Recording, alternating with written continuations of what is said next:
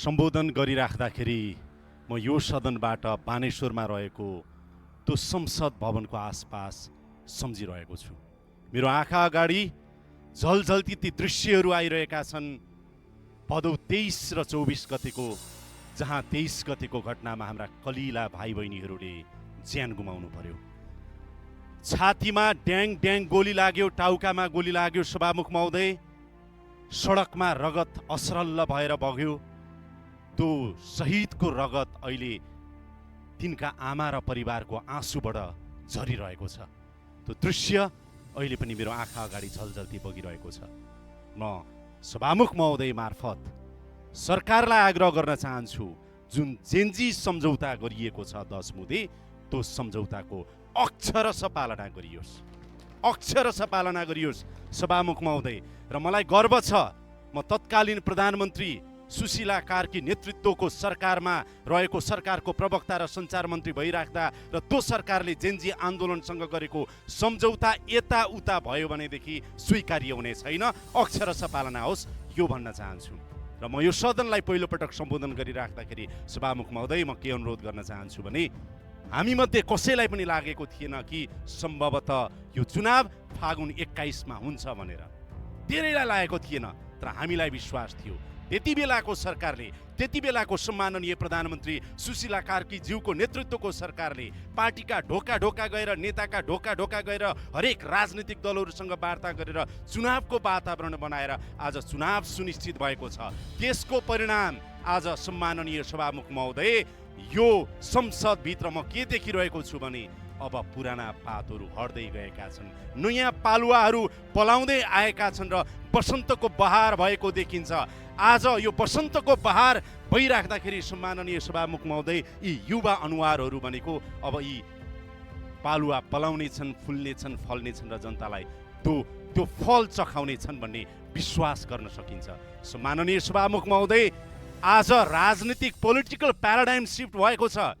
आज राजनीतिको परिभाषा परिवर्तन भएको छ र नेतृत्वको परिभाषा परिवर्तन भएको छ सम्माननीय सभामुख महोदय। र यो परिभाषा बदल्ने एउटा कोही नायक जन्मिएको छ भने यतिखेर यो देशमा रवि लामिछाने जन्मिएको छ, जसले राजनीतिको परिभाषा परिवर्तन गरेको छ र नेतृत्वको परिभाषा परिवर्तन गरेको छ। अब पोलिटिकल डिस्कोर्स त्यो बाटोमा अगाडि बढ्दैछ सम्माननीय सभामुख महोदय। म यहाँलाई भन्न चाहन्छु, म मेरो ललितपुर क्षेत्र नम्बर 2 जुन मन्दिरको सहर हो, सम्पदा नै सम्पदाको सहर हो, सम्माननीय सभामुख महोदय, अरनीको त्यहाँ जन्मिनु भएको छ। अरनीको घर त्यहाँ छ। सम्पूर्ण मान्यजीहरूलाई हेर्न जान पनि म आग्रह गर्दछु। त्यहाँको सम्पदा संरक्षण गर्नु छ, अरनीको जन्मघर जोगाउनु पर्ने छ, सम्वर्धन गर्नुपर्ने छ। हामीले राष्ट्रिय विभूति हो।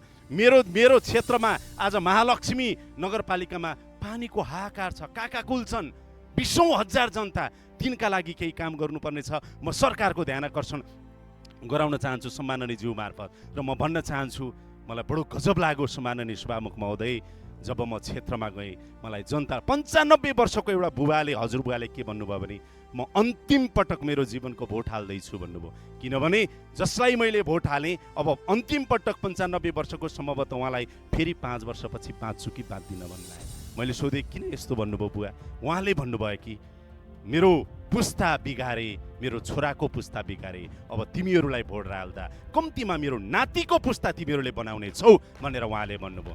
मलाई त्यस्तै प्रश्न सोधियो सभामुख महोदय, के भनियो भनेदेखि, तपाईँले हामीलाई बाहिर जानुपर्ने त बनाउनुहुन्न नि भनेर युवाले भनेका छन्। त्यस्तै गरेर हाम्रा छोरछोरी तपाईँहरूले यहाँ ल्याइदिनुहुन्छ नि, अब त्यो वातावरण बनाउनुहुन्छ भन्नेहरूले भोट हालेका छन्। तिनको लागि काम गर्नुपर्नेछ। म सरकारको ध्यान आकर्षण गराउन चाहन्छु। र अन्तिममा म के भन्न चाहन्छु भने, सभामुख महोदय, शक्ति पृथकीकरणको सिद्धान्तले न्यायपालिका, कार्यपालिका र चाहिँ व्यवस्थापिका जुन छ, व्यवस्थापिका सार्वभौम संसदको गरिमा बढाउने कुराहरूमा मलाई थ्याचरको एउटा भनाइ याद आउँछ कि यो रबर स्ट्याम्प जस्तो नबनोस्। यो देश पहिला किन बनेन भने, यो देश किन बनेन भने कार्यपालिकाको छायामा सम्पूर्ण संरचना भए, कसैलाई त्यो खालको कानुनले दिएको अधिकार प्रयोग गर्न योभन्दा अगाडि दिएन, त्यो अवस्था यहाँ नआओस् भन्न चाहन्छु। र अहिले पदभन्दा नेतृत्व महत्त्वपूर्ण छ। र म जाँदा जाँदै यति भन्न चाहन्छु कि मलाई जोन म्याक्सवेलको एउटा भनाइ याद आएको छ यतिखेर कि, a leader is one who knows the way, shows the way and goes the way. त्यही अवस्था कायम रहोस्। धेरै धेरै धन्यवाद।